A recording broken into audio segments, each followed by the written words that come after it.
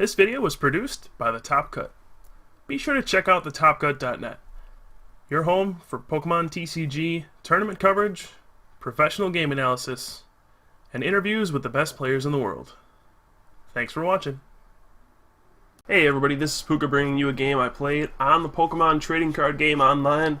Haven't done one of these in a while, so I thought I would go ahead and record a couple games I did and take some fun ones and post them online.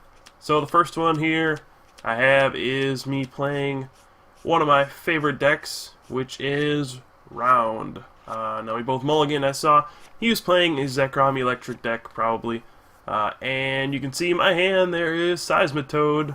So the whole point of this deck is to get as many Seismitoads and Wigglytuffs and Palpitoads as possible into play, because Round does 30 for each Pokemon that has Round in play on your side. I don't think it applies for opponent's side.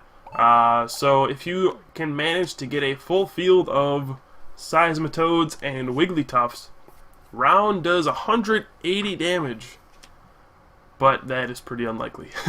So we will see if I can take down the top deck in the format, which is Zekrom Eelektrik, and my opponent starts with Tynamo, Thundurus, and Mewtwo. Not sure why he starts with Mewtwo, but that is out there as well.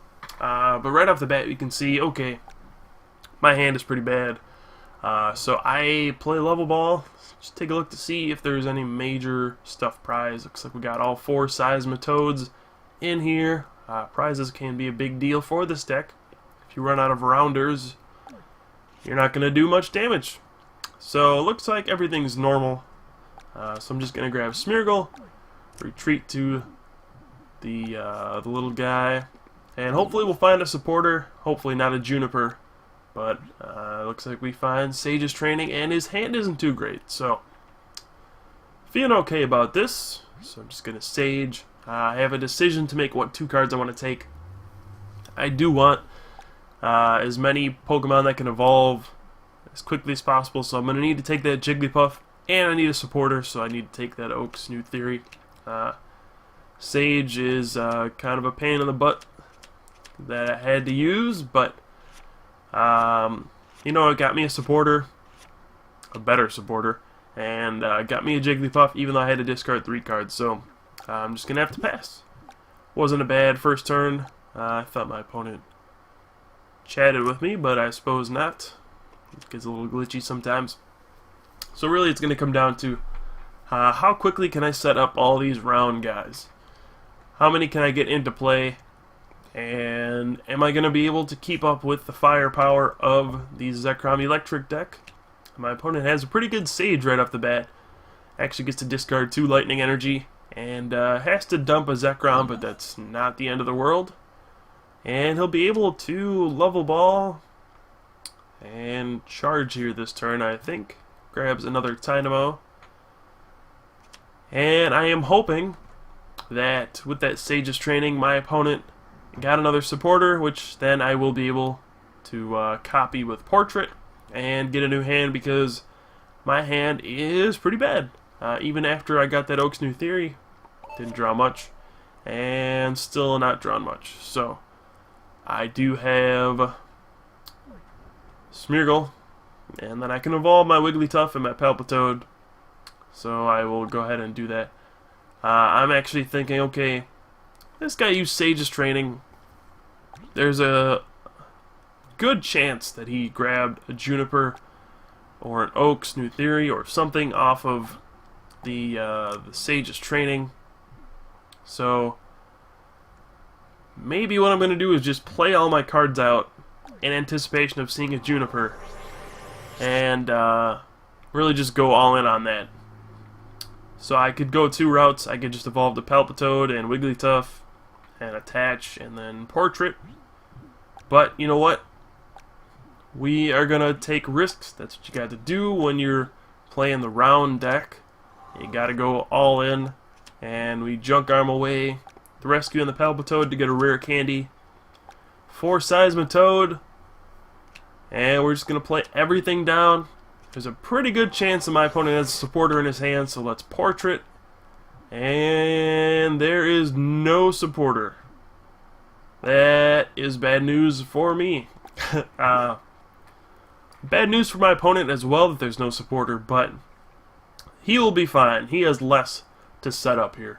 Let's be honest, he can just power up a Mewtwo and just blast my Seismitoad back to the Stone Age, and if I don't get enough Pokemon with Round in time, I won't be able to respond to that Mewtwo, and I'll be dead. That's all there is to it. So really, my opponent not having a supporter benefits him more than it benefits me, and I am reliant completely on the top card that I am drawing. And it looks like my opponent will play a Junk Arm, and then will not play a Junk Arm, and is going to Dynamotor onto his Mewtwo. So let's see what evil plans Darth Vader is up to. He's just going to Disaster Volt and knock out the poor Smeargle. And I am completely reliant on the cards that I draw, which is a Seismitoad, so all I can do is round for 60. At this point, things are looking pretty ugly. I have a whole lot of nothing in my hand. I only have a Seismitoad and a Wigglytuff out. And my opponent is setting up quite nicely. Gets that second Eelektrik into play. At this point, my opponent has pretty much everything he could want. He has an entire evil empire of lightning Pokemon and Mewtwo there as well. As long as he gets another basic out, he'll be able to Dynamotor and power up something new, and he'll be just fine. And once this Mewtwo comes up, honestly, I am going to be in a ton of trouble. X-Ball is going to mess with me. I can't even do enough damage right now to knock out a Mewtwo in 2 hits. And once he gets enough energy on him, he's just going to run through everything, and there's nothing I'll be able to do about it. So I draw a catcher. Don't really want to use that this turn. I might as well just try to take the prize and get a supporter off of my prize. That's really going to be my best option here. And it's round for the knockout, and I get a rare candy, so that is not a supporter. And now I'm in a ton of trouble. I don't even have any more Timples in play to evolve. So even if I were to draw like an N or an Oak's New Theory, something to get a new hand, I would have to get the Timples first, and then wait a turn, and then evolve all of my stuff. So that's really not looking good for me. At this point, I am anticipating a complete steamroll from my opponent onto me. Honestly, I don't know if I'll ever even be able to knock out this Mewtwo. X-Ball is going to do a number on me. And there goes my first Seismitoad. So I have actually 2 Seismitoads in my discard pile at this point. Just send up Jigglypuff, and yeah, I draw a Heavy Ball. That's not going to do anything. The only card that searches for in my deck is Seismitoad. So I'm going to grab that just to thin out my deck a little bit.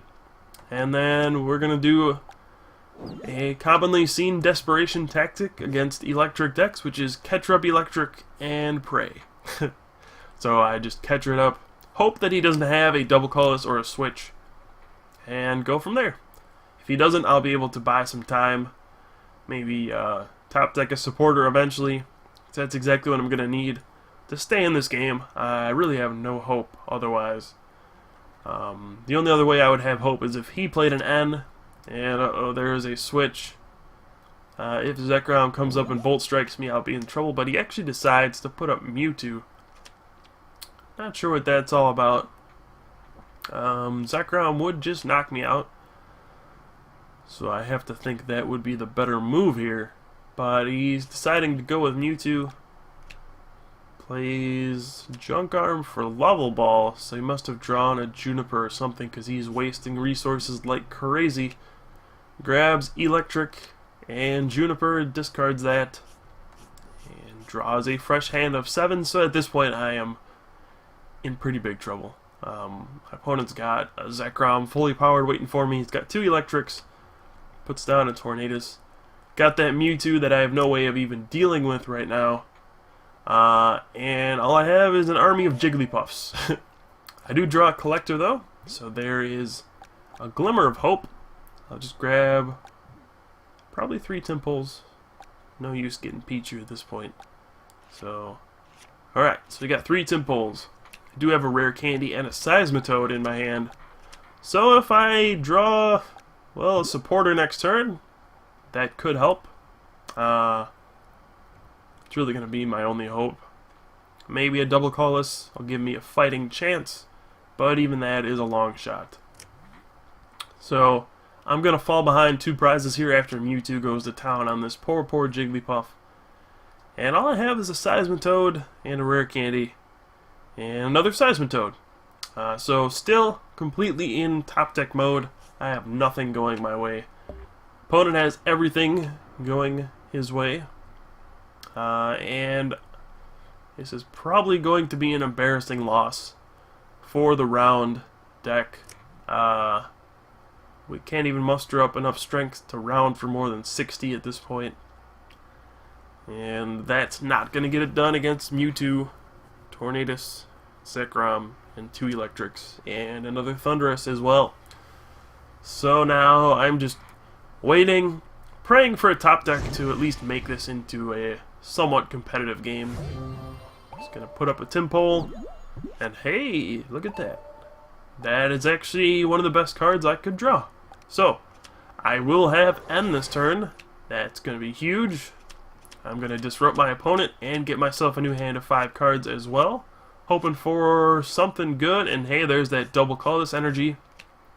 So I will be able to round this turn as well for a whopping 60 damage. 110 to go and I can knock out that Mewtwo. But I do draw Twins as well.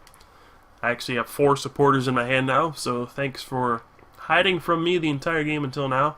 But they are with me now, so maybe I can knock out this Mewtwo.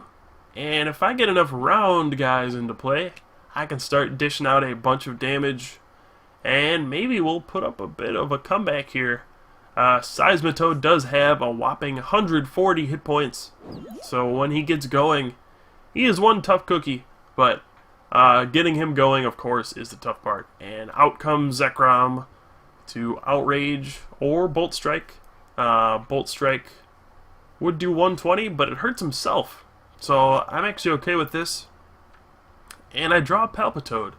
So I'll be able to round for 90, which will be just enough to knock out Zekrom. He does not have Eviolite. So I'll be able to get a knockout for sure. And I'll be able to start setting up my other guys for round. So this is actually going to be kind of tricky. What do I want to go for here with Twins? I would love to take a ton of cards from my deck. And I don't know which ones I want to take. So, one thing I have to keep in mind is that I need that Junk Arm. Looks like it's my last one. I need the Junk Arm to Catcher. There's only 1 Catcher in this deck. And I have 2 Seismitoads prized in the discard pile already, along with my Super Rod from that nasty Sage's training at the beginning.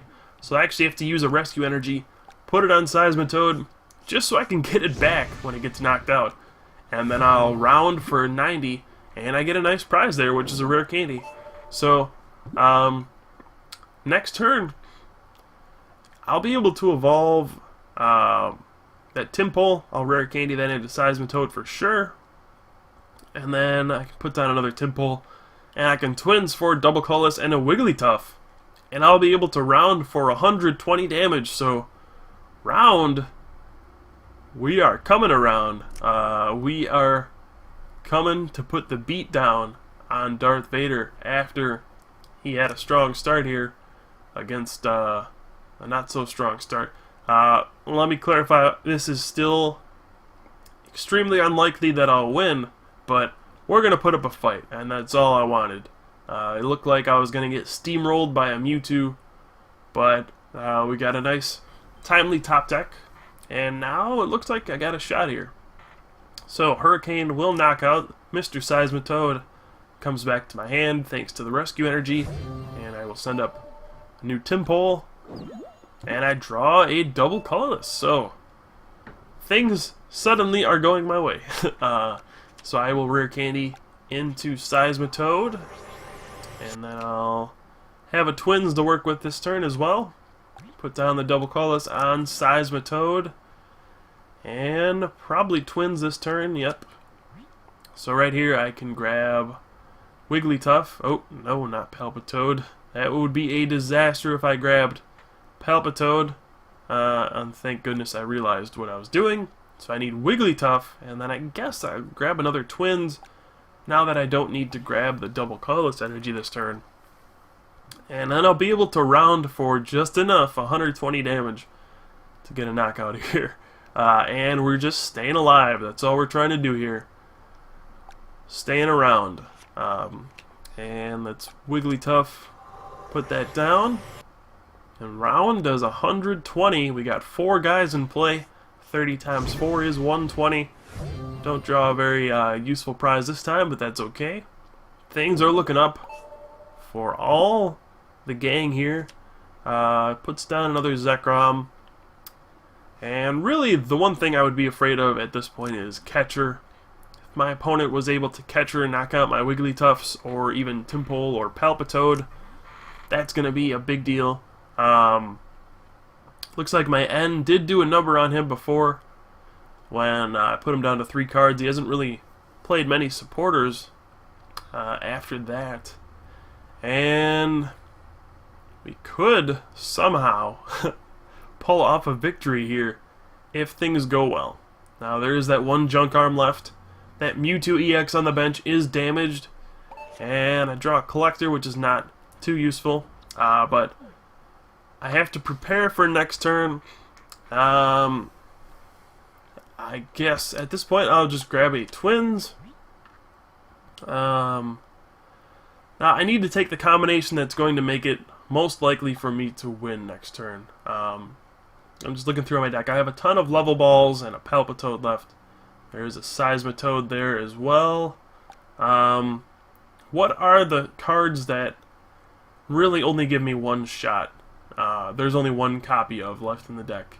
And the answer would be double colorless and junk arm. The junk arm I'm going to need for sure.